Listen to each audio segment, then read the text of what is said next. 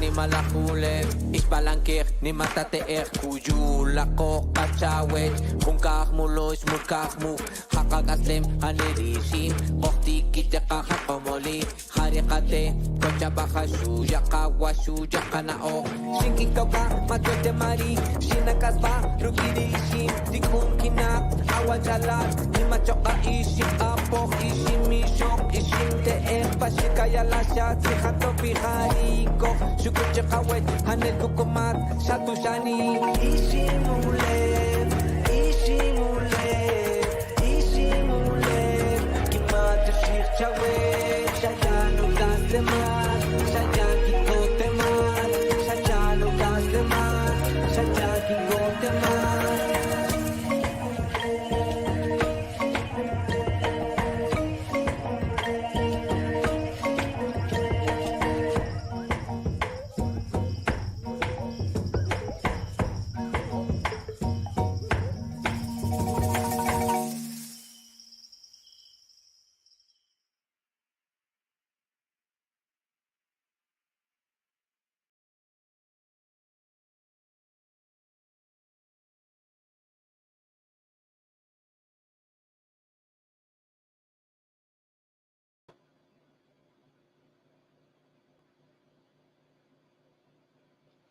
Welcome to the 7th Mother Tongue Film Festival. Thank you for joining us.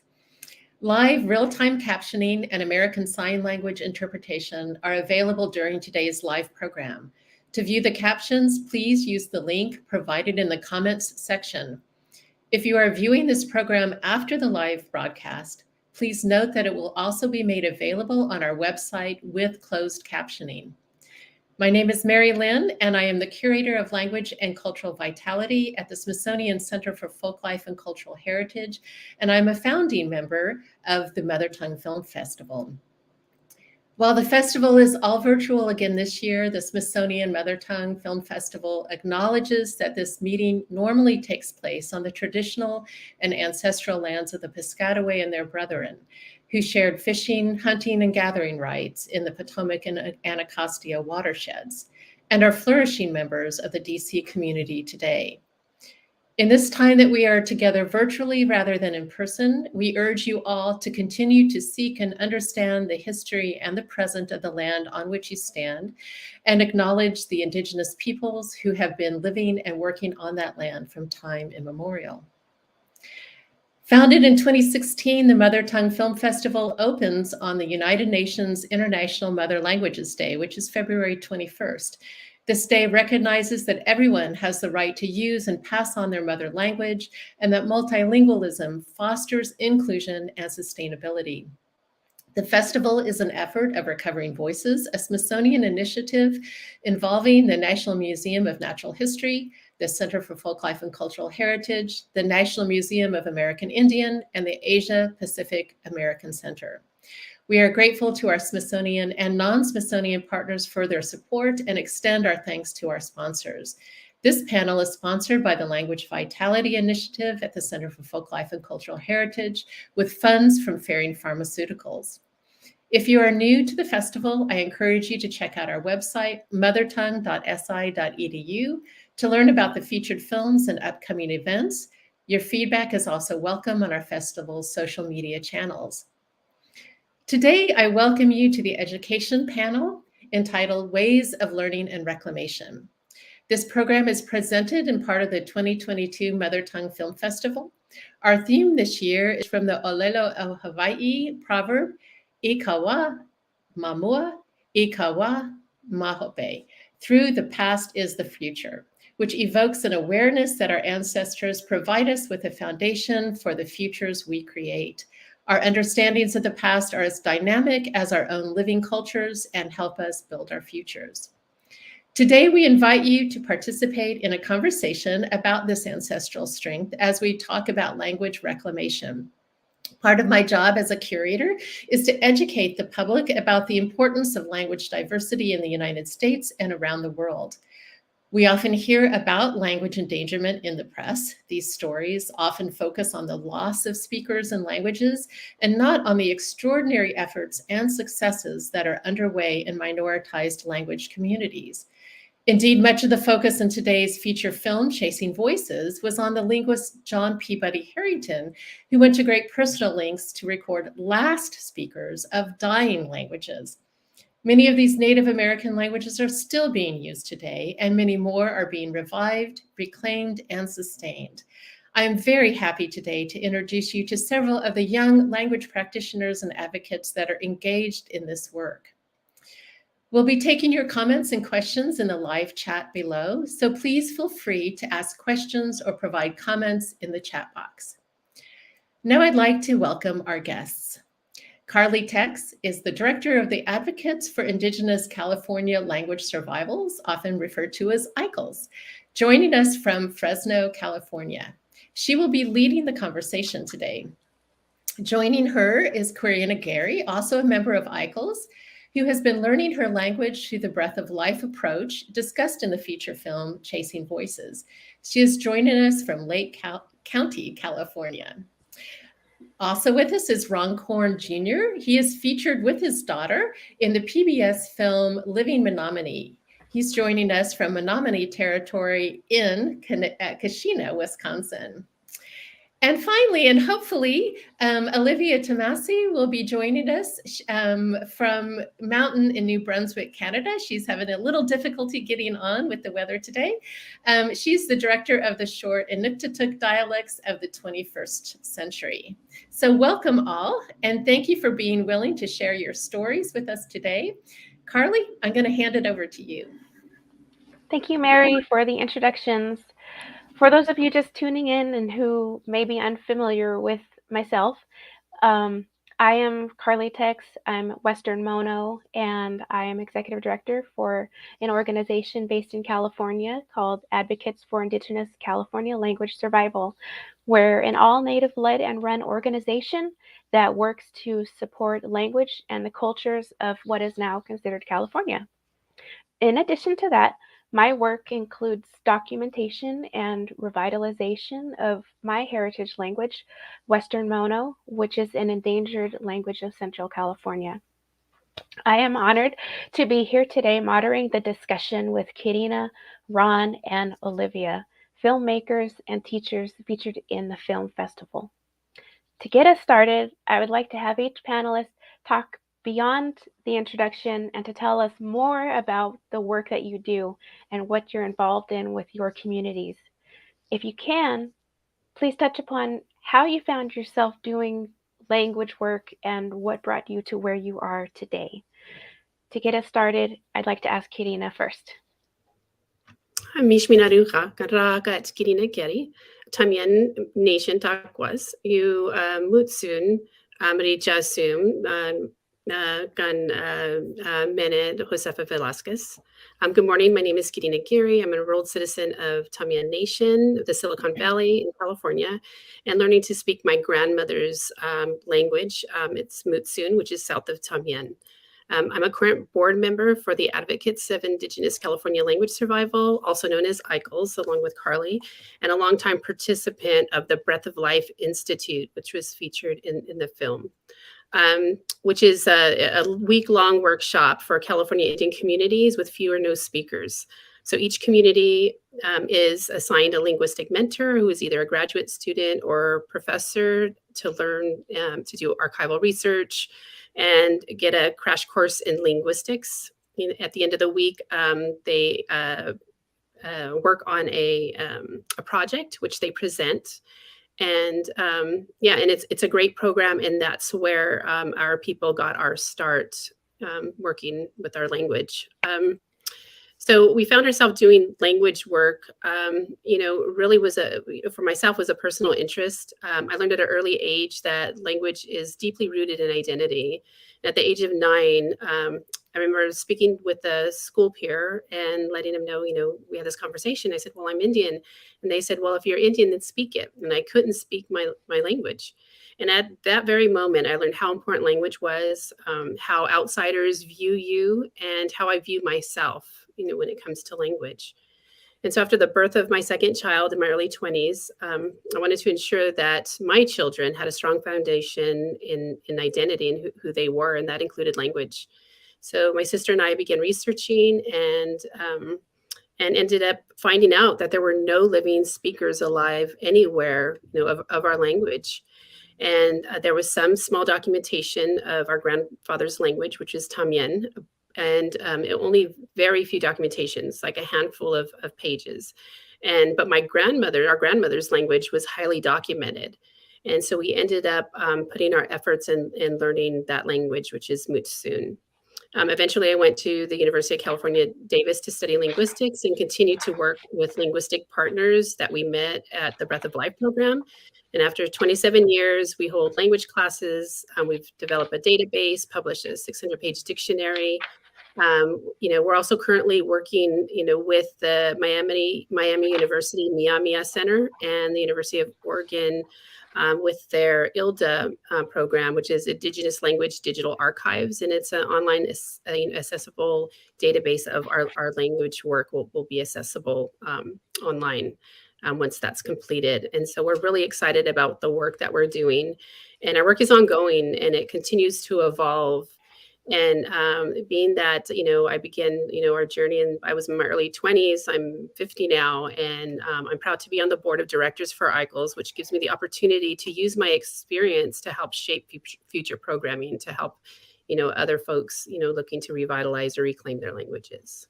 So thank you. Thank you, Quirina. And I noticed that we have some images that have been put up on the screen. We have some images of Breath of Life, the UC Berkeley, California version. And the Advocates for Indigenous California Language Survival was responsible for starting that institute out at UC Berkeley, but it has gone national. There is a national Breath of Life. There is a Breath of Life 2.0. There are several versions of Breath of Life now for various different goals for community members. And it's grown over the course of our 30 years of existence, and now we have almost 100 people that attend it every couple of years.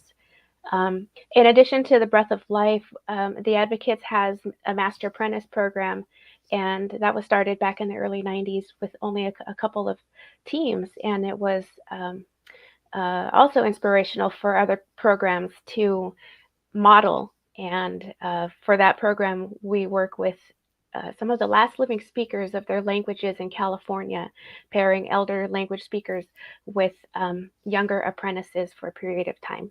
So that's a little bit more about the work that we do with the Advocates. I'd like to turn to Ron, and would you like to respond and please tell us more about the work that you do? Yeah, nahao nich, Menominee Language Netano e makana, mishik maoni weak e hiose itua. Nenahta yo opa in tonaniko sim yo asian sta nawach kakikitian. And e waiki kiwa no kia a yos Menominee hakihi. Nena ayawian aya inani ni wapium e yos o Menominee hiskonikani. Ayach pimatasian ni wawakian e yos ta e wuna up no nat ni kia wapia to e yos o Menominee hake. Nena ta hawasan totam nianen nichianak ntatnoak wuna up mani no nikut nosisa. So I'll go ahead and start out like that, and I just wanted to make sure and say, to all my fellow Menominees and all my relatives that are on here, and those are some of the important teachings that are baked into going on the journey of learning your language is to come upon these realizations of how our ancestors viewed the world. And so we take a word like Netano e Makanuk that translates to English as all my relatives. However, we understand that it extends to all living beings on grandmother Earth here. So not just Menominee folks or indigenous folks, but everybody, that being the trees and the animals and all that stuff like that. So the language teaches us as we also learn the language. So that's really important to remember. And my experience is not that different than the first panelist. As I was growing up, my father received a fellowship to attend a university I guess just over an hour away from the reservation. And so we moved there when I was a young boy. And these are the kind of questions that I encountered moving to this town as well. Like on the reservation growing up, they didn't ask us things like, what's your clan, or speak your language, or these kind of things. But when I went to this other town, they had all kind of questions for me. And I was 7 years old and I didn't have a bunch of answers for them. And it kind of lit this fire inside of me, even as a young boy, to start pursuing the language. And I had a fortunate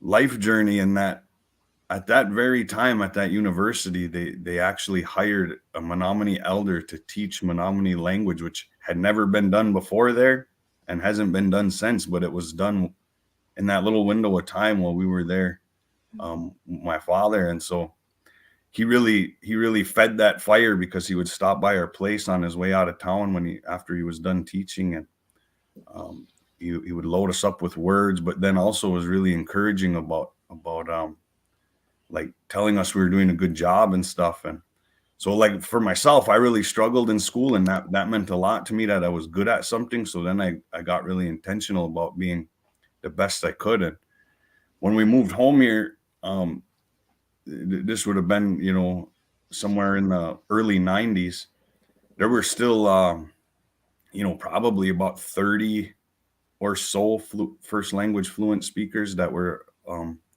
involved in language work here on the reservation. And so I was a young fella at the time, and I went out of my way to try and learn, and learned as much as I could, kind of naturally. Really kind of resented the formal educational path at the time, Yeah. But then I came to understand just how beneficial it can be when brought together. And so and where the film kind of met me, that was displayed at in this film festival, is that I'd been working very hard to be a good teacher of the language. I taught in the high school here, and had kind of lost my window to teach my own children. So I got really intentional with my last born about really trying to make the space. I took a sabbatical from work and spent a year home with her, trying to be really intentional about helping her to become a first language or a proficient bilingual speaker of Menominee.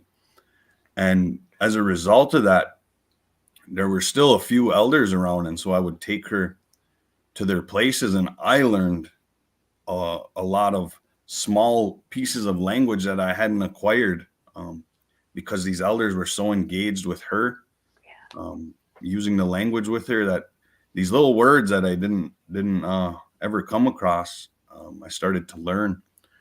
So, I'm not sure how far I'm supposed to go here, but since then has been a wild ride too. So that was 10 years ago with the film. So I guess I'll stop right there, and we can kind of reset and figure out where we go here. Oh, if you want to keep going, if you want to talk about some of your more current work, or maybe something new that you're working on, this is a good opportunity to share, especially if folks watching are keeping up with you. Quirina too, if you'd like to share anything new that you're working on, or your experiences raising your children in your language, please jump in. Well, you asked for it. Go ahead. So upon taking the sabbatical from work and spending that dedicated time with my daughter, I found the limitations of having no speaking community. There was, like, unless I was intentional about going to an elder's house, there was not other people using the language. And anytime that she heard people talking, it was in English, or any media that she was watching was in English. And English is really dominant and even bullisome in ways, because people that knew that we were doing this, they were actually concerned that her English language would suffer, which is, like, like impossible. I wish we could figure out a situation like that, but English is all around us. And so what ended up happening is having like a single source, no ambience, no community. She actually developed into a very good understander of Menominee language and was able to use a lot of words, nouns and verbs, but never really came into her own as a functional speaker.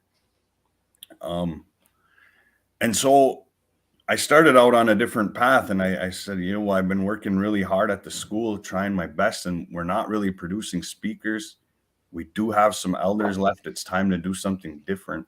So instead of returning from the sabbatical that I went on, I started trying to forge a new path, trying to figure out how do we do this more efficiently? How do we teach more efficiently?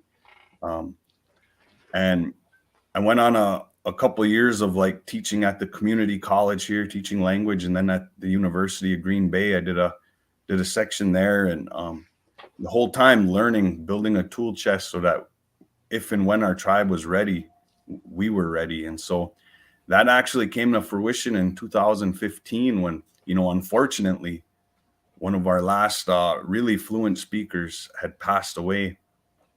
That was really helping us, and that actually really prompted some urgency here on the reservation to act about revitalizing the language. And I didn't know if I was ready or if we were ready, but we went all in on an immersion project that the tribe hired me in November of 2015. And I could not be more happy with the results of that immersion program. Basically, they hired me to be an immersion trainer, an instructor, and they would hire upwards of 10 trainees for 14-month cycles to come through and train in immersion. And then we set up an immersion daycare where they could that was the feeder program for. And we opened that daycare in 2017. We currently have upwards of 24 children, upwards of 8 employees that are dedicated to that immersion space. We've also recently received a grant to develop a chartered immersion school to take the kids up to the next step from early childhood care. And since then, I had a really good student that came through as a language trainee. That person has gone to school and dedicated himself and actually become a linguist in his own right. And then he returned, and at that time, I kind of transitioned out of that job that I was in, and along with one of my brothers, we formed a nonprofit, and we really want to meet the institutional immersion rollout of the early childhood services, the chartered immersion school.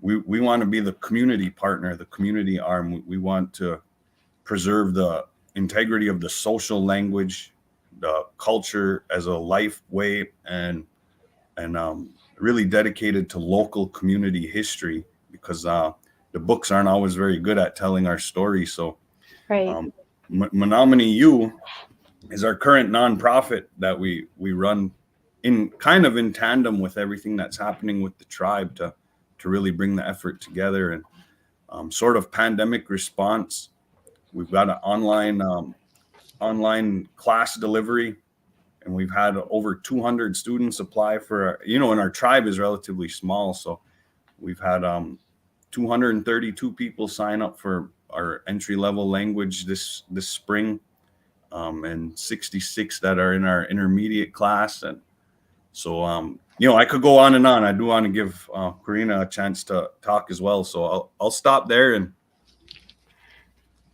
sounds good. Thank you. Thank you for describing the things that have happened since the film. It's been 10 years, and we were just chatting earlier about how small your youngest daughter was, and it's nice to hear how things have progressed, and just what's happened since the film was done. Sounds like you've been doing a lot of work. Quirina, would you like to expand upon what's happening with your community perhaps how you're meeting those challenges of creating a community of people to speak with, how things have gone since you started. You said you started in your 20s and now you're 50, and just, you know, how has your community grown since then? How has the interest grown? Well, the interest has really grown a lot. For the longest time, it was just me and my sister, and then we get people who kind of who are interested in language. You'll get a handful of people who kind of start a committee, get things going, and then people kind of fall off, and it just comes in waves, right? It comes like waves, and it's okay. You just ride the wave as long as you can, and it slows down when needed, and it's really, you know, cutting ourselves some slack, you know, just understanding that, you know, sometimes we may think that we're the only one that cares, and you often question, you know, why we're doing what we're doing. We put so much effort, love, and heart into it, and it's just part of the process, right? Our communities are still healing. You know, we have community members who work really hard to pay their bills and don't have time to, you know, attend a language class or to do anything like that. So, you know, it's okay, and we understand. It's about building community and letting them know that we're here when they're ready. You know, for us, you know, some language programs have really strong leadership support, while others sometimes do not for whatever reasons. And although it's nice to have, you know, tribal government support, it's not always required. And the language always belongs to the people. So it's important for people to understand that sometimes you may or may not have support of your tribe, and that's okay. You know, you can always self-grow and, you know, build that community around yourself to keep things moving. And that's kind of what we've done. You know, I started, you know, language, it's, you know, really starting to dive into it like 26 years ago. And it's very, very difficult when you're coming from a perspective where you don't have any living speakers. You're very self-conscious when you begin. But as time goes on, you start to realize, well, hey, like if I make a mistake, nobody knows anyway, right? So it kind of helps relieve that stress of making those, you know, mistakes and just, you know, really moving forward. And so, yeah, so it's interesting is that, you know, early on, it was, you know, young adults who were interested in learning the language. And then, you know, at some point there was this, you know, this shift where it's older adults. And so because we live in a scattered community and we don't have a land base, being that we're a non-federally recognized tribe, we do, you know, we'll now with, you know, the pandemic, it's given us the opportunity to learn how to do things long distance, right? So we do, you know, a lot of Zoom classes, and it's interesting to see that the dynamics of our community has changed, where we have people in their 60s, 70s, and even 80s for the majority of the people who show up to class, which is great. And so, you know, it's difficult. We're not going to be able to create speakers by holding class, right? But we can create interest, right? Interest in hoping that some of the, you know, somebody will want to really take that on, because we live in a scattered community. It really needs to be heads of families that are going to take that on to learn the language in order to speak to the younger generation, because the younger generation, you know, they're not going to be interested in learning language. You just have to speak it to them, right? It has to be part of their environment, their living environment. And we hope to get there someday, but we're just hanging in there, creating, you know, materials. We continue to have, you know, language classes, and just to keep that interest going and see where it takes us. And in the meantime, you know, we teach our family, you know, at home, and who knows where we're going to be. Because when I started, you know, learning language 26 years ago, I never really thought it would, you know, take a real interest in language, you know, with some of these younger ones that are learning now. They weren't even born yet. And so it's just about sticking with it and staying with it. So, yeah, so we're doing everything. We, you know, get ideas from different people, and, you know, we've, you know, dubbed cartoons and made, you know, audio recordings. It's just difficult because we were removed from our land and we don't have that land base to live together. It makes it really, really difficult. So all we can do now is basically do what we're doing and keeping that interest going, and, you know, sprinkling it around here and there. But we're not giving up. We're definitely actively seeking to get back home to be able to create our speaking community. Great. I just wanted to refresh and let folks know, if you're just joining us, we're here with Ron Korn Jr. and Quirina Geary and myself, Caryl Tex, and we're having a discussion about ways of learning and reclamation. My second question to the panelists is about, what do you do when you come across challenges? Because as both of you have described, you've been working for a long time on language, and I'm sure you've had, you've come across some speed bumps and had to jump over some hurdles and maybe deal with some difficult people or something. And sometimes I know, at least I know in my language work, sometimes I feel like what you say, Katie, what are we doing this for? And sometimes it's just a matter of trying to build up that interest. And especially with the pandemic, with moving things to online, I've started to see more people come out of the woodwork and say, oh, we're interested in the language. Do you have anything to share with me? And it's almost been, I don't want to say it's been a blessing, but it's been enlightening to see how many more people have gained interest in the language. But it is challenging, and yet we keep coming back to it, almost like we're torturing ourselves. So I'm just wondering, from Quirina and Ron, what keeps you going when you come across those challenges in your work? Just outright give up. No, I'm just kidding. So No. So like for me, and I think you mentioned several other things, but like I really value the time that I was able to spend with elders who put up with a younger version of Ron Korn Jr. that wasn't always so lovable and all Yeah. that stuff, but they really showed a ton of compassion, and in the hardest times, that's my motivation, because I really value what they gave me in life. And so sometimes, and it's been this tough, both financially and mentally and socially, found myself in some difficult places, but because of the love that they showed me, I could never give up on what we're working on. But then just not giving up is not always good enough, because you could do a poor job really hard and never make it anywhere.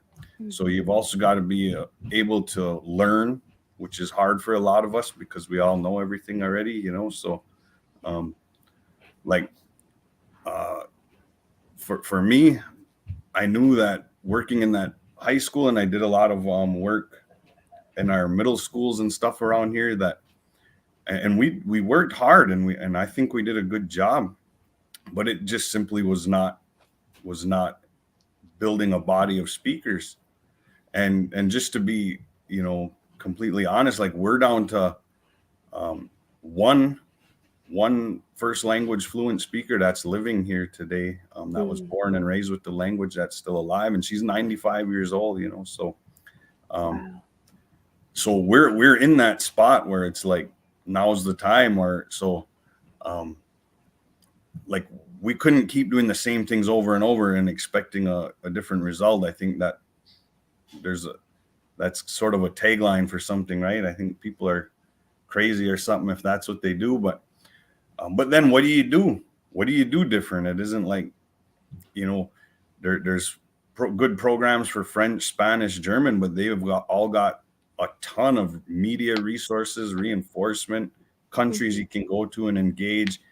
In a lot of bigger cities, you can go, down the street to a restaurant and experience the language, or get online and get a tutor or mentor. But we simply don't have those kind of resources available. So really taking a solid look at if you had total freedom to do the language the way you knew it needed to be done, what would you do? Yeah. So like, I think it's basic knowledge that most second language programs in the United States are really only designed to help us reinforce our idea of English grammar. They were never really intentionally designed to help us speak any kind of language. So when I sort of started to understand that, I realized that this is not an efficient model for language reclamation. It is for language maintenance, but not for language reclamation. And so I completely broke the system. I did a ton of research in the lab for a couple of years. I found things that I liked. I tested them. I threw out the parts that didn't work or I didn't like, and I found new ones, and created a system that really has a high rate of efficiency in creating people who can speak the language, not say a prayer or introduction or something or sing a song, but actually can communicate to each other in the language. And when we started to use it, it gets exciting because people who never knew the language can communicate with each other after 5 or 6 months. And it's basic and elementary, but it grows. Yeah. And when they find themselves talking and other people hear it, it's contagious. That's a poor term to use these days, but it inspirational. Really, it really does do something. And we started our online course, and there's people that never heard Menominee before that are affiliated with the tribe. Maybe they're 2 generations removed from living here on the reservation, never heard the language, and after 16 weeks in an online program, they have fundamental skills to use the language. And so we're pretty excited. We got a lot of stuff going, and so I think that was about challenges. So I'm going to go ahead and let Quirina respond to that as well. Sure. Well, I'm definitely interested if you're creating, a speaking community at any capacity through online. I definitely want to figure out or find out how. You're doing that. It's just about learning from each other when things start to get low. It's okay to take a short break and just to kind of refocus and and understand or remember why you started doing this in the first place. But I think, it's just trying different methods in it. And it's not, like Ron was saying, it's not what we've been brought up in, this, in the institutional, in the institution about how we should learn in general, not just language, but learn anything. Is sitting in front of somebody just talking at you is not how you learn anything. And I'm, living proof. Like I took Spanish, for, 6 years in, junior high school. And then I took another 2 years in college, and I still can't speak Spanish. Right. Yeah. So that tells you that that does not work. And so thinking out of the box, trying new things. And like I'm a visual person. I was thinking when the little kids throw toilet paper at the ceiling, like you throw whatever, see if it sticks. I mean, that's just what you have to do. And every community dynamics are going to be different. Everyone's going to be different. Every household is going to be different. And so it's just understanding that. And there's not one great model on how to do this. It's what works for the particular community. But yeah, so it's just keep chipping away at it. That's all you can do, is to never give up, and to never put yourself in a place where you're saying, oh, I shouldn't have taken that 6-month break. I would have been here instead of here. Don't do that to yourself. It's just not, sometimes we need that just to time to reflect. And so it's just staying with it, really. Yes, definitely. I hear you on taking the time to reflect and take care of yourself. As leaders in your community and in language, many people might be looking to you, and it's a big responsibility. So, but you can't help others unless you help yourself. So it is important to have that time. And to not have a regret for taking a break from it. But maybe when you come back from that break, you come back with a new vision or trying out another approach. Like you said, throwing things until something sticks. And Ron, I really relate to what you were saying about working with your elders, because that's the same way that I learned as well. And I guess if I were asked this question, I would just say that I overcome challenges too by thinking about the fact that I worked with them for some time.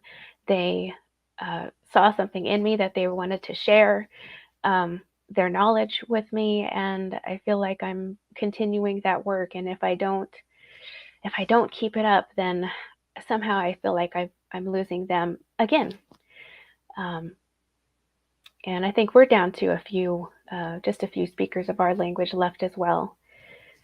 So thank you both for responding to that question. My last official question to you before we go into Q&A is, some might be inspired by your work, or they're just starting out. Maybe they are interested in linguistics, or they're interested in documentation of their language, or starting some kind of a program for language revitalization and reclamation. And as people who've been people who have been doing your work for so long, I wonder if you have some words of advice for folks that are just starting out, and some final words.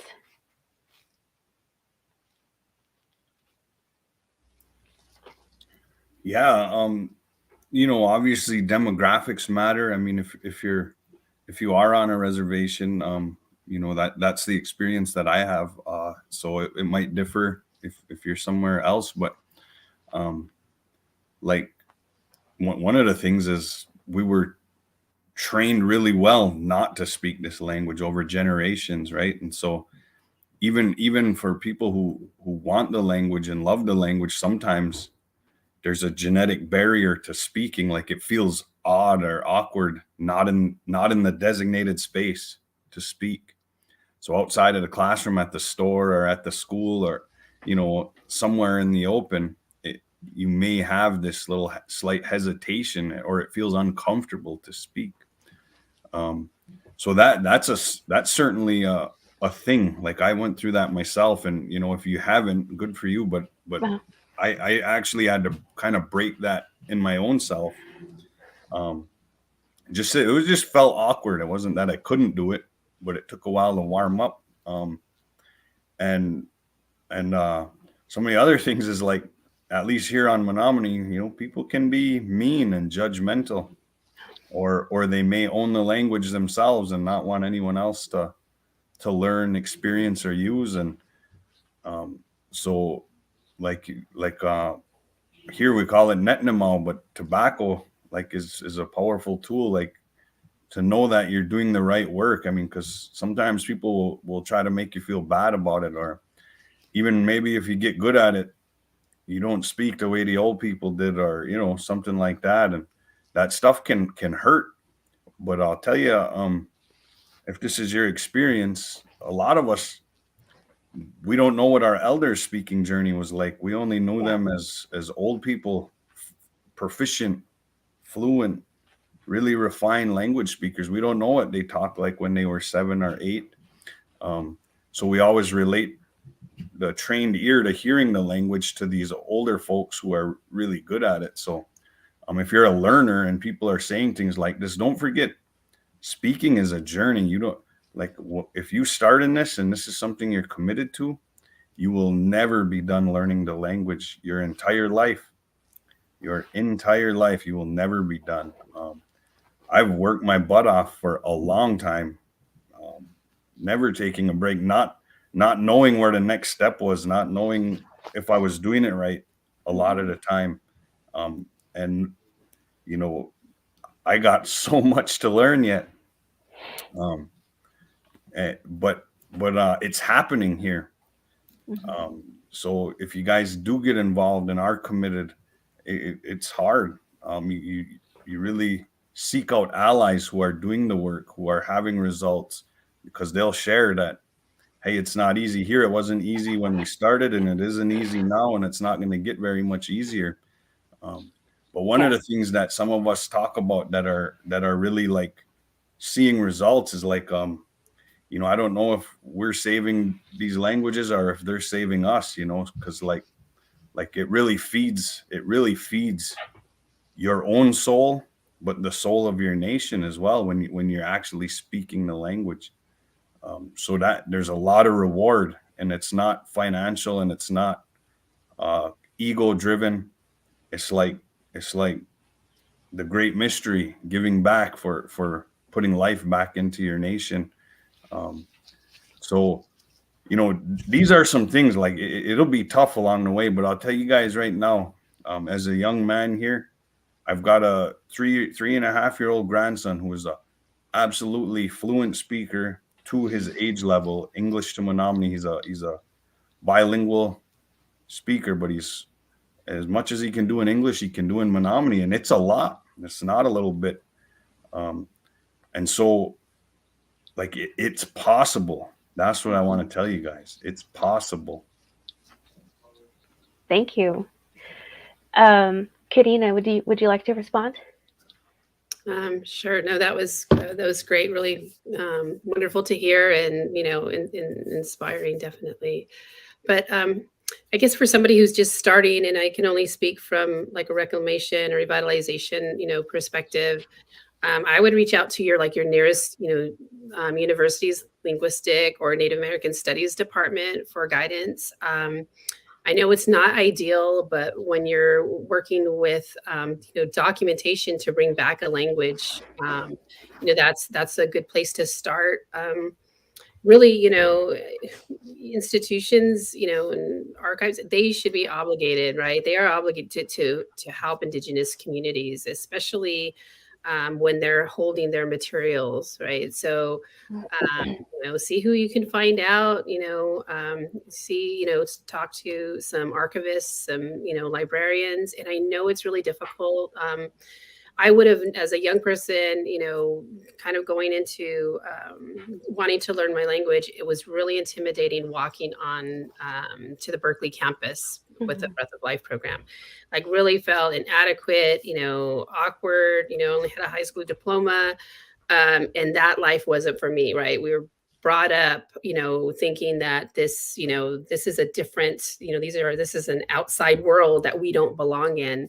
And we were very lucky to be part of the Breath of Life program, because the archivists and linguists and the students who were part of this to help us, they were very, very helpful. They were, so they opened us with, with open arms. And so it may not be as easy, because this was set up for us. But know that your language that they're holding is yours, belongs to you and your people. And don't be afraid to ask for it. And you shouldn't have to pay for it. Be very vocal that this belongs to, your family, your people, and you're interested in this, and you would like to have copies of all of it, as well as, help guidance to be able to decipher it, right? So if you're looking at linguistic notes, you're going to need that support and that help in order to do that. And ask for it. Absolutely ask for it. And I know it's hard because Indigenous people, we're not used to asking for things, but we have to get out of our comfort zone and seek these things out, and and just know that these things are yours, and they're obligated to help you and share you, because a lot of these institutions and the people who work for them have a lot of them made their careers on interviewing and talking to our ancestors, our relatives, and have built a career on writing about them, talking about them. Yeah. And so it's time for them to give back. And so know that and ask for that, right? Also, there's a lot of online resources. You can go online and kind of do some searches and see what you can find. But that's going to be really difficult, right? You need that other support, that other background support, in order to know how to read this information. So, definitely, if you're in California, reach out to us. We're, AICLES, AICLS.org. And if you're in California, we actually do, programming for California Indigenous people. But we can also refer you to to somebody else, or get you in touch with somebody. Along the way, we've found resources of other people who have already worked on, different languages. So maybe somebody's already started working on your language out there. We can connect you with them.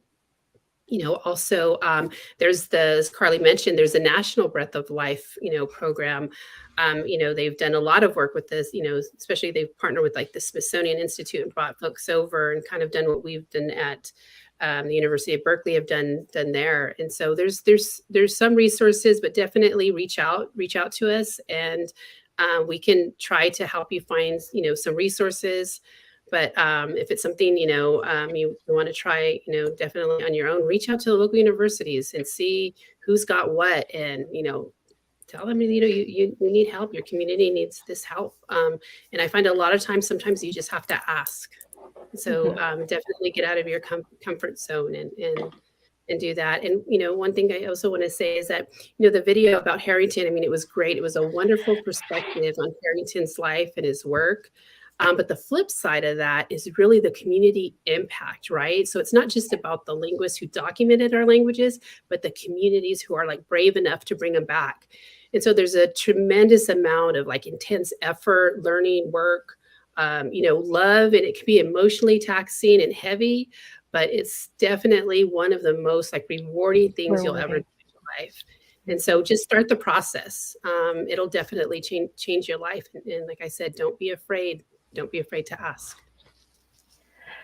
Thank you, Quirina and Ron. We have a few minutes for Q&A from the chat. So I have a question that came in. How do you deal with parents who are themselves first language speakers, but do not want to speak nor teach it to their children, even to those who want to learn it for personal or professional reasons?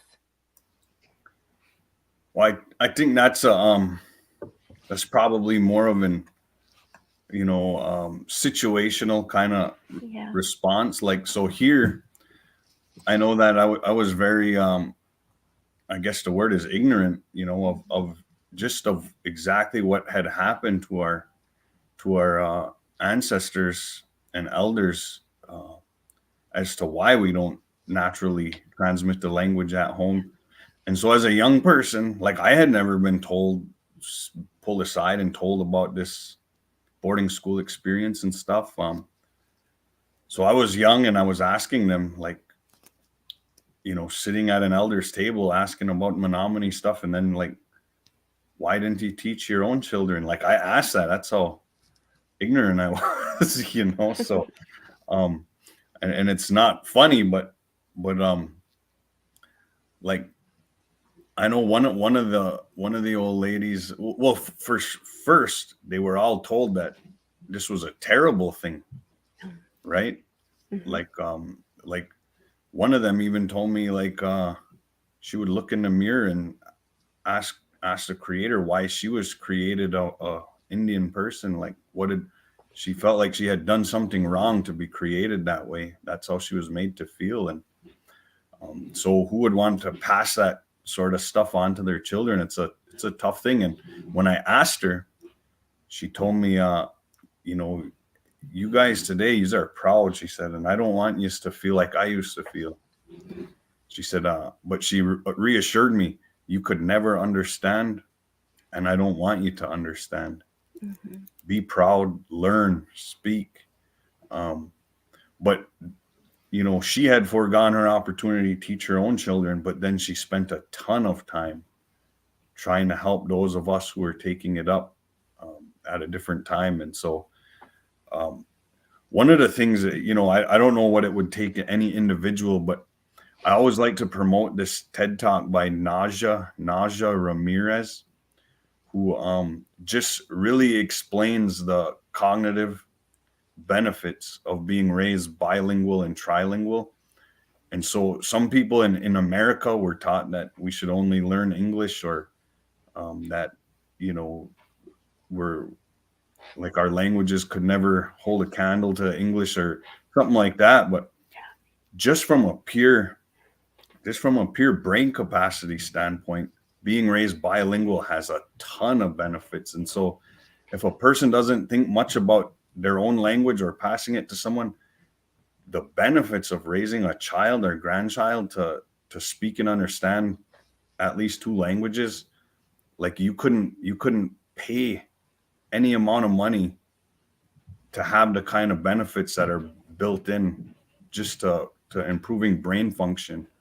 So I would encourage everyone to watch that video, and maybe that would inspire you to give your child or grandchild a really amazing gift.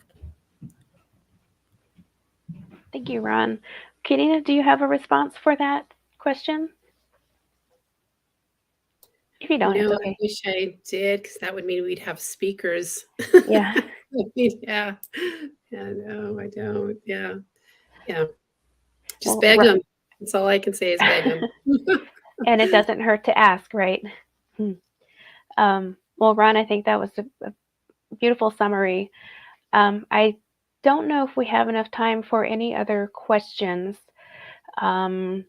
So Can I throw in a tail response to that then as well? go ahead. You have about 2 minutes. Okay, so one of the things I think it's Maria is maybe you just really need to be by this parent and really butcher the language, because sometimes they can't stand it and they'll jump in and be like, hey, if you're gonna talk this, you're gonna have to do better. And but one of the things that happened was like we had an elder who was afraid to speak Menominee, who would openly say he did not speak the language, but then he started to show up this event, that event, and he obviously understood the language.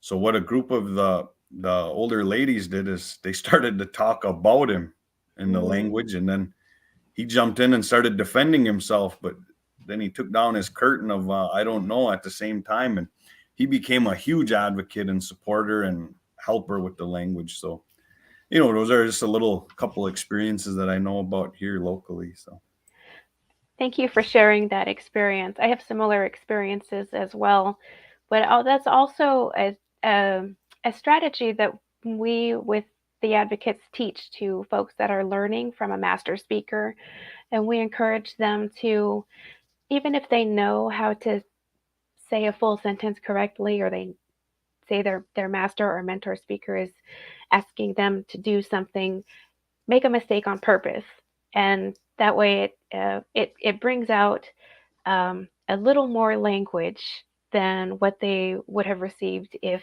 they had done it correctly. And also it kind of challenges their master or mentor speaker to correct them, and in that way they're getting more input of the language. So I can relate to that, and it's actually something that we use as a strategy. It's a little bit humbling to have to go in and make a mistake on purpose, but in some cases it can be really helpful. All right, we only have a couple of minutes left, so I just would like to bring this to an end and thank our panelists, Quirina and Ron, for sharing your experiences and insight with us today. It's been such a pleasure for me to spend this time with you and talking about our different communities' experiences. And thank you to our audience for participating, and all of those who watched, listened, and commented. Thank you to our CART and ASL providers who helped us bring this event to you. Follow the Recovering Voices page on Facebook to get notifications about future events, and find us also on YouTube.